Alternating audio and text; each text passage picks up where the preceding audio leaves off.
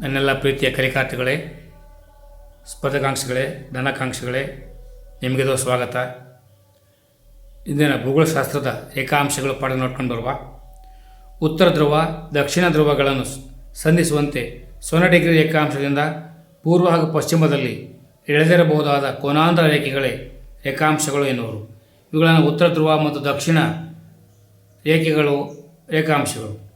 ಇವುಗಳು ಉತ್ತರ ಧ್ರುವ ಮತ್ತು ದಕ್ಷಿಣ ಧ್ರುವಗಳನ್ನು ಸಂಧಿಸುತ್ತವೆ. ಇವುಗಳು ಸಹ ಊಹಾ ರೇಖೆಗಳಾಗಿರ್ತವೆ. ಗೋಳದ ಮೇಲೆ ಅಕ್ಷಾಂಶಗಳನ್ನು ಲಂಬವಾಗಿ ಛೇದಿಸುತ್ತವೆ. ಇದರಿಂದ ಪ್ರಪಂಚದ ಯಾವುದೇ ಸ್ಥಾನವನ್ನು ಕರಾರುವಕ್ಕಾಗಿ ಗುರುತಿಸಬಹುದು. ಪ್ರಧಾನ ರೇಖಾಂಶ 0 ಡಿಗ್ರಿ ರೇಖಾಂಶವು ಬ್ರಿಟನ್ನಿನ ಲಂಡನ್ ಬಳಿಯಿರುವ ಗ್ರೀನ್ವಿಚ್ ಪಟ್ಟಣದ ಮೇಲೆ ಹಾದು ಹೋಗಿರುತ್ತದೆ.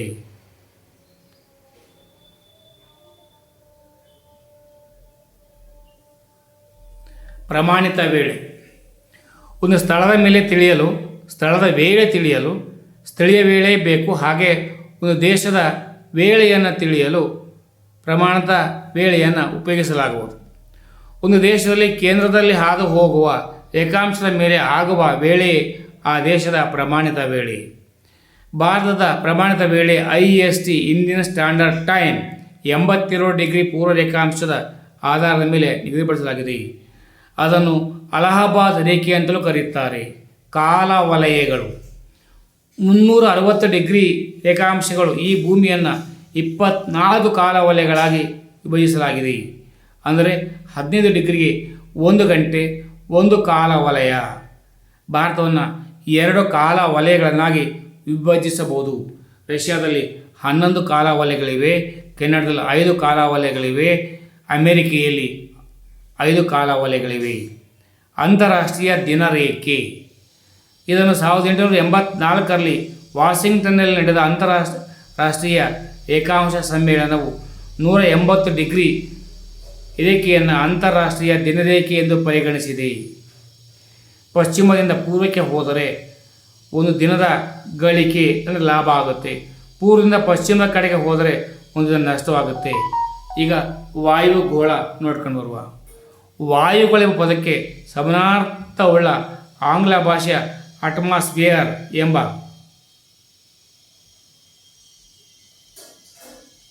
ಶಬ್ದವು 2 ಗ್ರೀಕ್ ಶಬ್ದಗಳಾದ ಆಟ್ಮೋಸ್ ಅಂದರೆ ನೀರಾವಿ ಮತ್ತು ಸ್ಪೇಯರ್ ಅಂದರೆ ಗೋಳ ಸಂಯೋಜಿತವಾಗಿರುವುದು.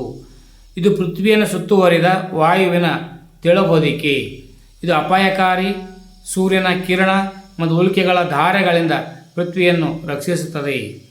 ಇದು ಶಬ್ದ ತರಂಗಗಳ ಪ್ರಸರಣದ ಮಾಧ್ಯಮವಾಗಿ ವರ್ತಿಸುತ್ತದೆ.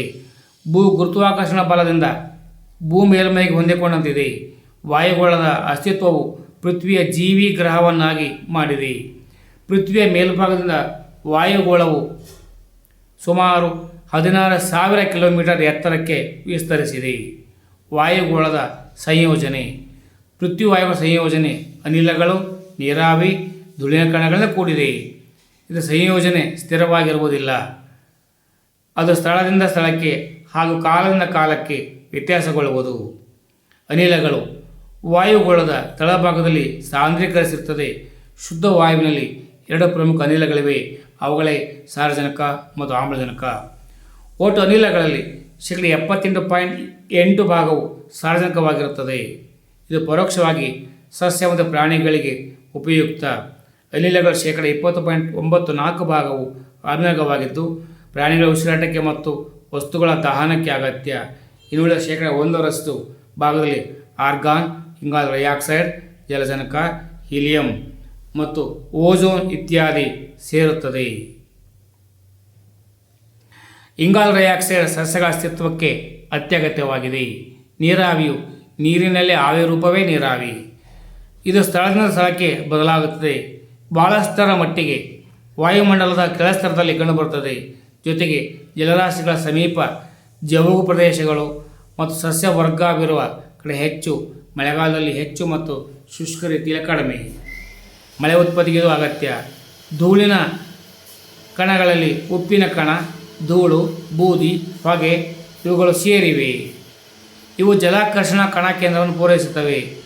ಒಂದು ವೇಳೆ ಧೂಳಿನ ಕಣಗಳು ಅಸ್ತಿತ್ವ ಇಲ್ಲದಿದ್ದರೆ ಮಳೆಹಾರವು ರೂಪದಲ್ಲಿ ಬೀಳುತ್ತಿತ್ತು, ಹಾನಿಗಳು ರೂಪದಲ್ಲಿರುವುದಿಲ್ಲ.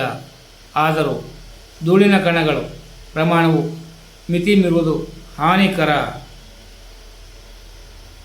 ಧನ್ಯವಾದಗಳು.